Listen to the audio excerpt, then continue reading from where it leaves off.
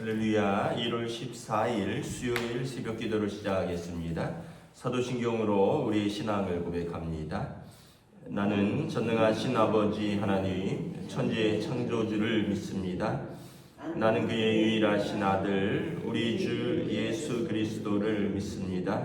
그는 성령으로 잉태되어 동정녀 마리아에게서 나시고 본디오 빌라도에게 고난을 받아 십자가에 못 박혀 죽으시고 장사된 지 사흘 만에 죽은 자 가운데서 다시 살아나셨으며 하늘에 오르시어 전능하신 아버지 하나님 우편에 앉아 계시다가 거기로부터 살아있는 자와 죽은 자를 심판하러 오십니다.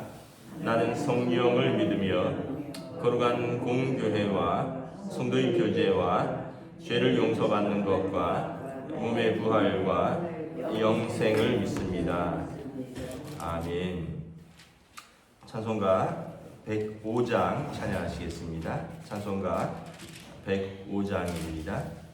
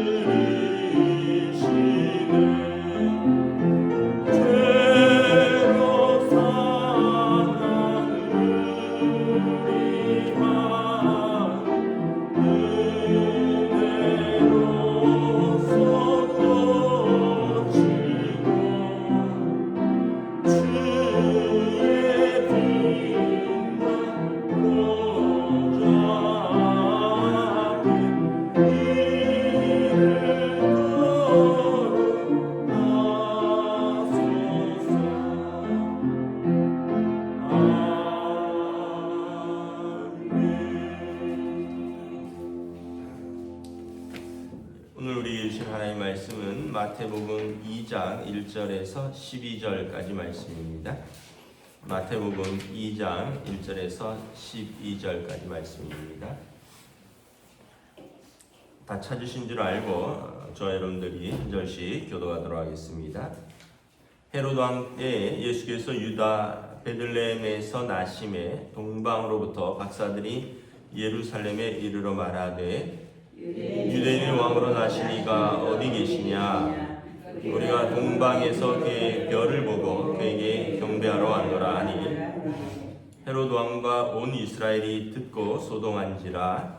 왕이 모든 대제사장과 백성의 서기관들을 모아 그리스도가 어디서 나겠느냐 물으니 이르되 유대 베들레헴이오니 이는 선지자로 이렇게 기록된 바 또 유대 땅 베들레헴아 너는 유대 고을 중에 작지 아니하도다.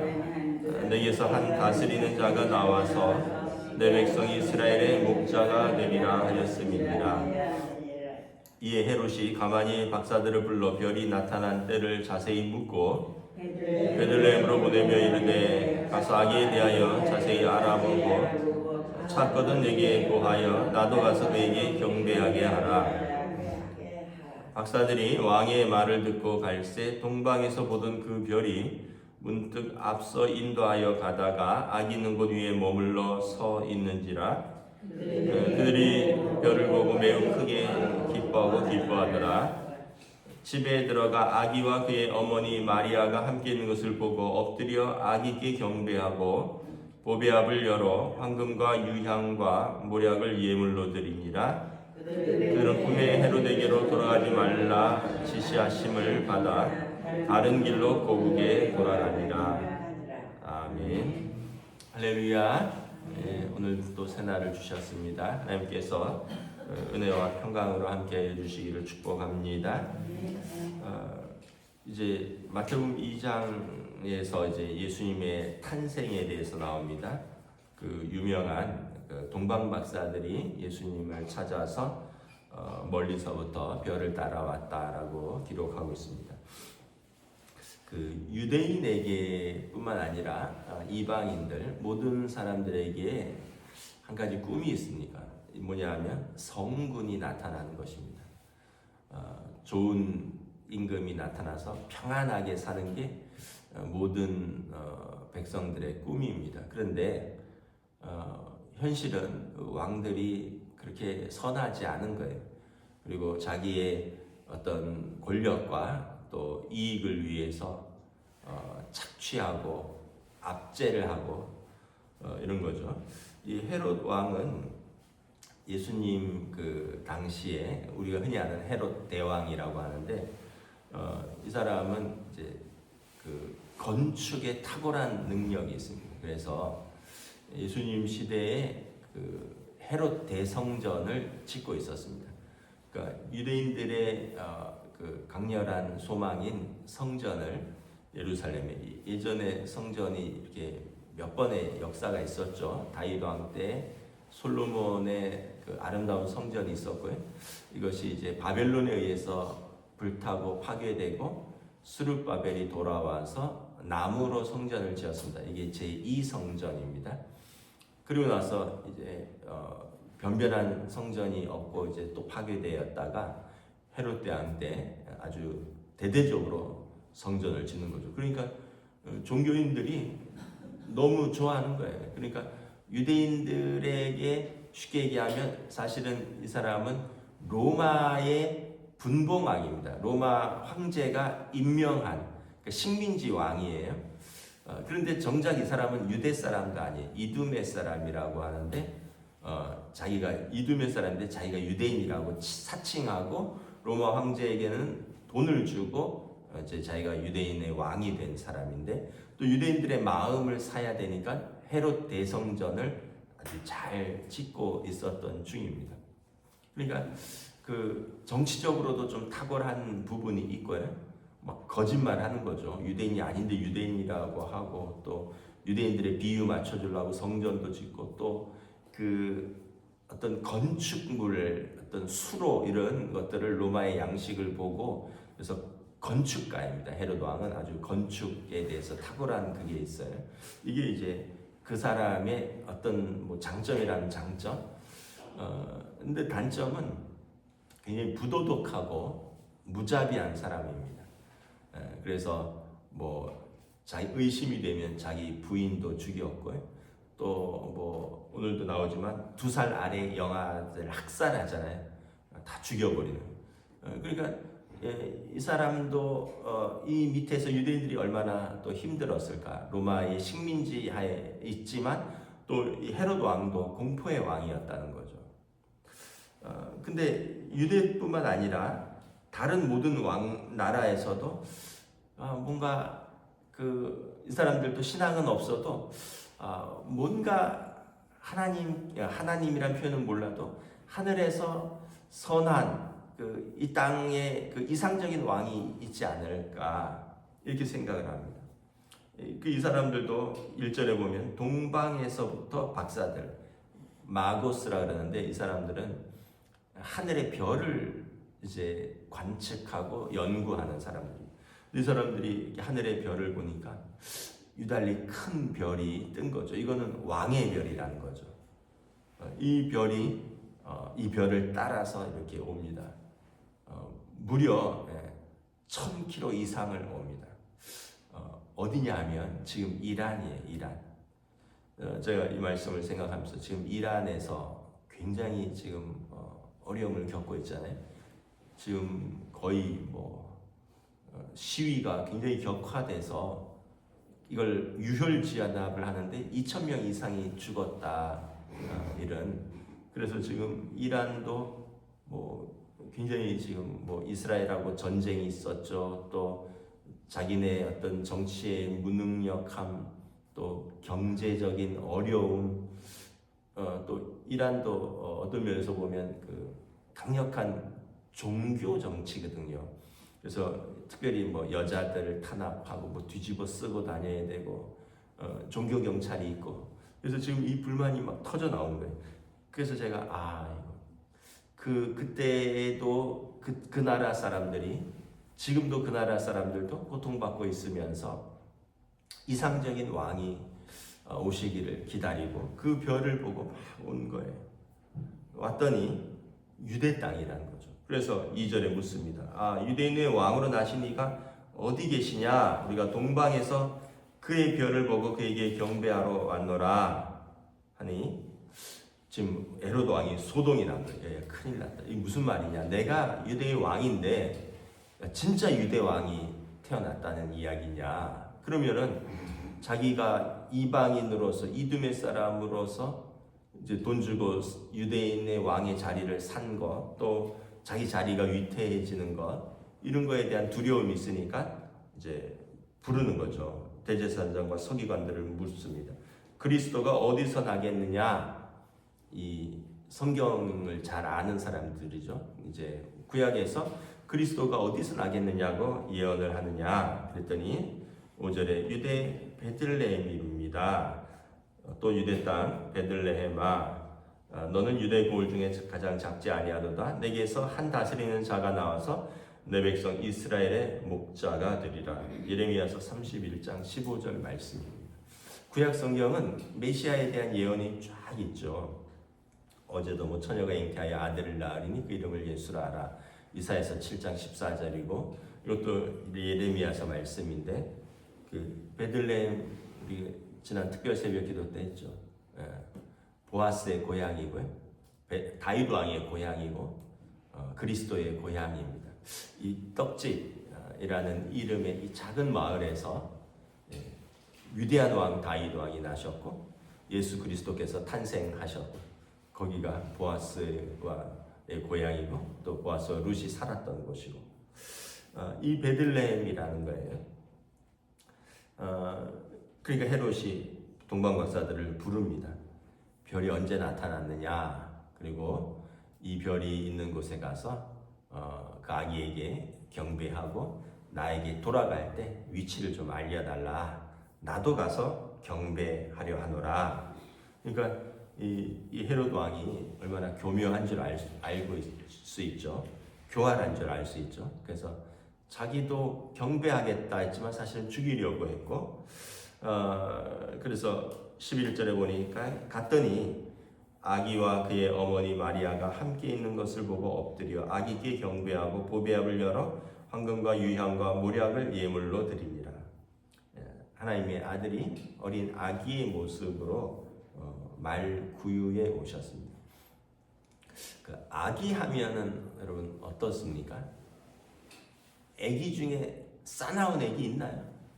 물론 좀 막 울고 막 떼쓰는 아기도 있지만 여기서 말하는 아기는 갓난 아기예요. 여러분 갓난 아기 중에 미운 아기 있나요? 갓난 아기 중에 고집 부리는 아기 있나요? 갓난 아기 중에 남을 모함하는 아기 있나요? 갓난 아기 중에 뭘 자기 거를 챙기는 아기 있나요? 없잖아요. 아기는 그 가장 순수한 인간의 어떤 본연의 모습을 보여주고, 또 아기의 특징은 순수하고 부모에게 전적으로 의지하는 것이 아기의 특징이에요. 그러니까 하나님의 아들이 왜 아기의 모습으로 오셨을까? 이것은 이 땅에 어떤 싸움과 뭐 어떤 분쟁과 다툼과 갈등과 미움과 시기와 정욕과 탐심과 이런 게 가득한 세상에 가장 순수한 모습으로 오신 것이죠. 그런 말이 있잖아요. 아기가 있는 집에는 웃을 일이 끊이지 않는다. 그렇잖아요. 그 아기가 막 태어나면 그냥 들여다보고 웃고, 오면서 걔 쳐다보면서 웃고, 가면서 걔 쳐다보면서 웃고, 부모도 웃고, 할아버지 할머니도 웃고, 또 뭐 형 누나들도 신기해서 자기가 아기인 줄 알았는데 자기보다 더 아기가 태어나니까 머리맡에 한참을 앉아서 형도 동생을 보고, 뭐 언니도 동생을 보고 막 그러잖아요. 그 아기가 태어나면 그 집안에 어떤 새로운 변화가 일어납니다. 이 모습으로 하나님의 아들이 이 세상을 은혜와 평강과 이런 모습으로 오신 것이죠. 12절에 보면 그들은 돌아가는데 황금과 유향과 모략, 이것은 그 황금은 변하지 않는 그 왕의 속성, 유향은 그 향기입니다. 향기, 귀한 어떤 향수. 모략은 사실은 예수님의 죽음을 예표하는 그 시체에 바르는 그 어떤 그런 향인데, 어쨌든 귀한 것들을 예수님께 예물로 드리고 돌아가는데 꿈에 헤로데게로 돌아가지 말라라고 지시하심을 받아 다른 길로 고국에 돌아갑니다. 이게 예수님의 탄생의 그날 밤에 있었던 사건입니다. 그러니까 한 아기의 탄생을 두고 온 유대가 뒤집어졌고요. 저 멀리 그 동방에서부터 그 사람들이 찾아와서 경배하는. 그러니까 조용히 오셨는데 온 세상이 난리가 난 거죠. 지금 이 시대가 참 이렇게 어지러운 것 같아요. 어지러운 것 같아요. 하여간 이렇게 그나마 우리나라가 좀 낫다 이런 얘기들을 할 정도예요. 그나마 우리나라가 낫다. 뭐 말씀드렸다시피 뭐 이란 그렇죠. 뭐 어디 중남미에서도 지금 뭐 베네수엘라도 지금 그렇죠. 뭐 미국 내에서도 그 아이스라고 이민 세관 단속국 경찰이 뭐 의심 가면 검문하다가 조금만 어떤 반항하는 행동하면 총으로 바로 쏴서 지금 뭐 3명인가가 며칠 사이에 죽었어요. 좀 미국도 지금 시위 때문에 난리인데 참 제가 볼 때는 좀 불안합니다. 그런데 이제 지금 또 중국이 대만을 어떻게 할까? 왜냐하면 미국이 베네수엘라를 침공하는 걸 봤거든요. 그래서 니네 간섭하지 마라 이런데, 그러면 중국도 좋아. 그럼 우리도 대만, 우리 앞바다인데 우리가 대만 침공하면 미국 니네 가만히 있어. 서로 강대국들이 자기네 유익을 위해서 이웃나라 침공하고 니네는 입 다물어. 이런 게 지금 국제적인 룰이 되지 않을까. 근데 중국이 대만을 침공하면은 그 옆에 있는 우리나라와 일본은 불가피하게 전쟁에 간접적으로나마 휩싸이게 되는 거예요. 그런데다가 또 뭐 미국이 그린랜드를 내놓으라고, 그 그린랜드 덴마크의 식민지였죠. 근데 그 사람들한테 또 미국이 그걸 내놓으라. 뭐 팔든지 아니면 군사적으로 우리가 먹겠든지 하겠다고.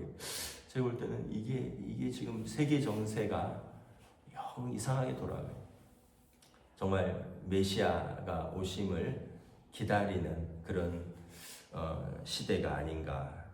그래서 우리가 일단은 가장 작게는 내 자신이 하나님 앞에서 믿음을 지키면서, 믿음을 지킨다는 표현은 또 하나는 우리의 마음을 지킨다는 표현이거든요. 어떤 세상의 유혹, 또 폭력 이런 것에서부터 우리의 자신을 지키는 거예요.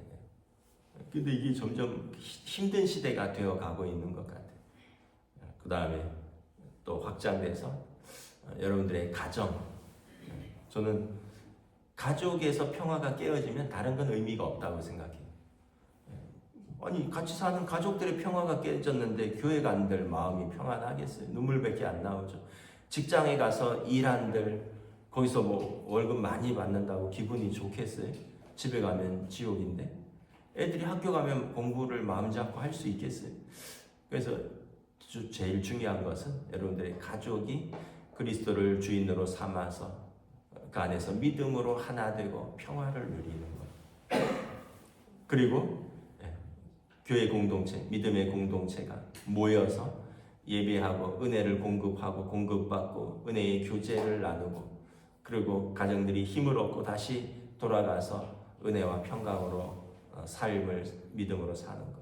그리고 그 교회들이 곳곳에서 하나님 나라를 확장함으로 그 사람들이 있는 곳, 그 사람들로 말미암아 그 직장과 지역 사회와 그리고 그 교회들이 세워져서 기도하는 그곳이 또 하나님의 통치, 하나님의 통치는 은혜와 평강이잖아요. 그것이 이루어지는 것. 지금 세계 각국은 지금 이게 다 깨어지고 있습니다. 가정들도 이것 때문에 힘들어하고 있고 지금 뭐 하여간 그렇습니다. 그래서 우리가 예수님을 우리 이 땅에 오신 예수님을 기다리는 우리, 이미 오셨죠. 주님 다시 오신다고 했는데 요한계시록에 보면 막 나팔들이 불고 뭐 일곱 인이 떼어지고 뭐 접시가 뭐 이렇게 이런 것들이 하는데 이제 마지막에 이게 지금 중단되어 있는 상태예요. 요한계시록에 보면 왜 그러냐면 그 하나님께서 기다리는 이방인의 숫자가 차기까지 기다리시겠다라는 거예요. 그 심판의 때가 되기까지 하나님이 기다리시는 거예요. 그 구원의 수가 차기까지 기다리신다는 거예요. 그러니까 다시 말하면 우리는 계속해서 복음을 전하고 또 우리가 주님이 언제 오실는지 그 마지막 인이 언제 떼어질지 알지 못하지만 그때 내가 믿음으로 하나님 앞에 서 있는가. 그리고 이것을 위해서 예수님이 오셨다. 예수님의 초림 때는 이렇게 조용히 오셨지만 예수님의 재림 때는 온 세상이 다 그 눈을 뜨고 보리라. 그 찌른 자도 눈을 뜨고 보리라. 성경은 말씀하고 있습니다. 우리가 그 어떻게 보면 종말론이죠. 주님 오심을 기다리면서 하루하루를 살아가는 사람들입니다. 저 여러분들의 삶에 우리 주님이 이렇게 모시고 믿음으로 은혜와 평강으로 살아가는 저 여러분 되시기를 주님의 이름으로 축복합니다. 기도하겠습니다. 하나님 은혜를 감사합니다. 오늘 이 유대 땅 베들레헴에 예수님께서 아기의 모습으로 이 땅에 오셨습니다. 정치적으로는 로마 식민지고 현실적으로는 헤로드 왕의 압제와 폭정에 시달리고 있었습니다. 저 멀리 동방에서도 성군을 기다리며 별을 연구하는 사람들이 그 별을 따라왔더니 유대 땅에 유대의 왕이 나셨도다 와서 경배합니다. 그리고 세상의 왕은 하나님 나라의 왕을 죽이려고 하는 이런 모순 속에서 오늘도 이 역사는 계속되고 이어져 가는 것을 바라봅니다. 사람들을 압제하고 힘으로 누르고 또 자기들의 이익을 위해서 이웃나라를 침탈하고 미워하고 죽이고 이러한 이 세상의 힘의 논리 속에서 그리스도는 사랑의 논리 또 십자가의 희생의 논리로 이 땅에 오셔서 죄인인 우리를 사랑하여 주셨고 우리를 위하여 죄짐을 십자가에서 감당하여 주셨습니다. 이 예수님을 우리의 구원자로 고백하는 우리 성도들 그리고 우리 성도들이 간절히 기도하는 이 땅의 은혜와 평강 주님 나라의 오심을 기다리며 살아가는 모든 성도들 성령님께서 올 한 해도 믿음과 은혜와 평강으로 인도하여 주시옵소서. 감사를 드리오며 우리 주 예수 그리스도 이름으로 기도드리옵나이다. 아멘. 하늘에 계신 우리 아버지의 이름을 거룩하게 하시며 아버지의 나라가 오게 하시며 아버지의 뜻이 하늘에서와 같이 땅에서도 이루어지게 하소서. 오늘 우리에게 일용할 양식을 주시고 우리가 우리에게 잘못한 사람을 용서하여 준 것 같이 우리 죄를 용서하여 주시고 우리를 시험에 빠지지 않게 하시고 악에서 구하소서. 나라와 권능과 영광이 영원히 아버지의 것입니다. 아멘.